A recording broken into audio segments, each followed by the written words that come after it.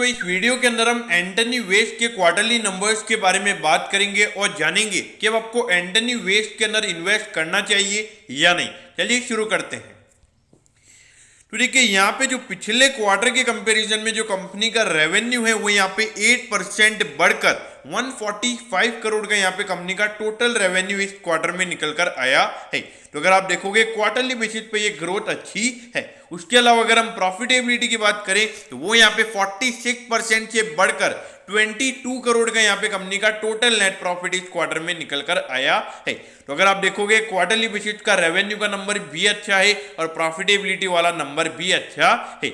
अब अगर हम यहाँ पे ईयर ऑन ईयर बेसिस यानी कि पिछले साल के अप्रैल से जून वाले क्वार्टर से अगर हम कंपनी के रेवेन्यू को कंपेयर करें तो उसके कंपैरिजन में यहाँ पे 59% से कंपनी का रेवेन्यू बढ़ा है। तो ईयर ऑन ईयर बेसिस ये ग्रोथ और भी अच्छी है। अगर प्रॉफिटेबिलिटी की बात करें तो यहाँ पे जो कंपनी का प्रॉफिट है वो डबल हो चुका है। अगर हम ईयर ऑन ईयर बेसिस पे बात करें तो 100% यहाँ पे ईयर ऑन ईयर बेसिस पे कंपनी का नेट प्रॉफिट बढ़कर 22 करोड़ का यहाँ पे कंपनी का टोटल नेट प्रॉफिट इस क्वार्टर में निकल कर आया है। पिछले साल इसी सेम क्वार्टर में ये 11 करोड़ था और 11 से 11 करोड़ यहाँ पे कंपनी का नेट प्रॉफिट हमें ईयर ऑन ईयर बेसिस पे बढ़ता हुआ नजर आ रहा है। यहाँ पर अगर आप देखोगे क्वार्टरली बेसिस के जो नंबर है वो भी यहाँ पर अच्छे हैं। अगर हम ईयर ऑन ईयर बेसिस के नंबर्स की बात करें तो वो भी यहाँ पर अच्छे हैं। अब देखिए बहुत ही छोटी सी ये कंपनी है, 925 करोड़ का इस कंपनी का मार्केट कैप है। अगर आप देखोगे इंडस्ट्री का तो यहाँ पे वैल्यूएशन हम कंपेयर नहीं करेंगे, लेकिन ये स्टॉक आपको 36 के प्राइस टू अर्निंग रेशियो पे मिल रहा है। और अभी जो हमें यहाँ पे ईयर ऑन ईयर बेसिस पे ग्रोथ देखने को मिली है उससे कंपनी का अर्निंग पर शेयर बढ़ेगा और प्राइस टू अर्निंग रेशियो में और कम होता हुआ नजर आएगा। वैल्यूएशन पॉइंट ऑफ व्यू से यहाँ पे कोई भी इशू मुझे नजर नहीं आते हैं।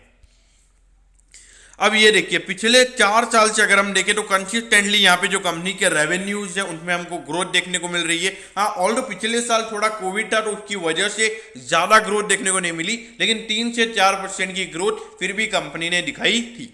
अगर प्रॉफिटेबिलिटी की बात करें तो पिछले 4 साल से लगातार यहाँ पे जो कंपनी की प्रॉफिटेबिलिटी है वो हमें बढ़ती हुई नजर आ रही है।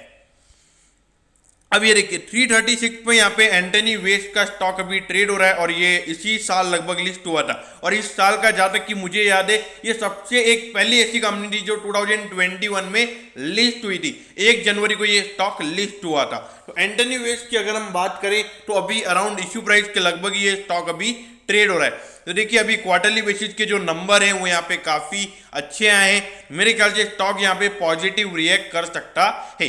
अगर शॉर्ट टर्म की बात करें तो शॉर्ट टर्म में मुझे लगता है 1 से 2 महीने में यहाँ पे 400 रुपीज तक ये स्टॉक जाता हुआ आपको नजर आ सकता है।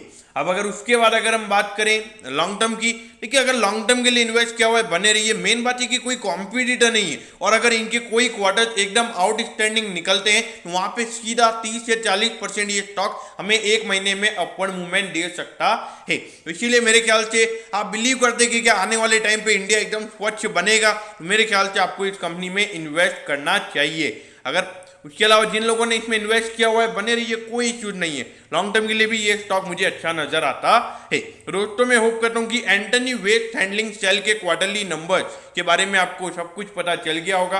अगर आपकी कोई भी क्वेरीज है तो आप कमेंट कीजिए, मैं जरूर आपके कमेंट पर रिप्लाई करूंगा। ओके दोस्तों, thank you, have a nice day.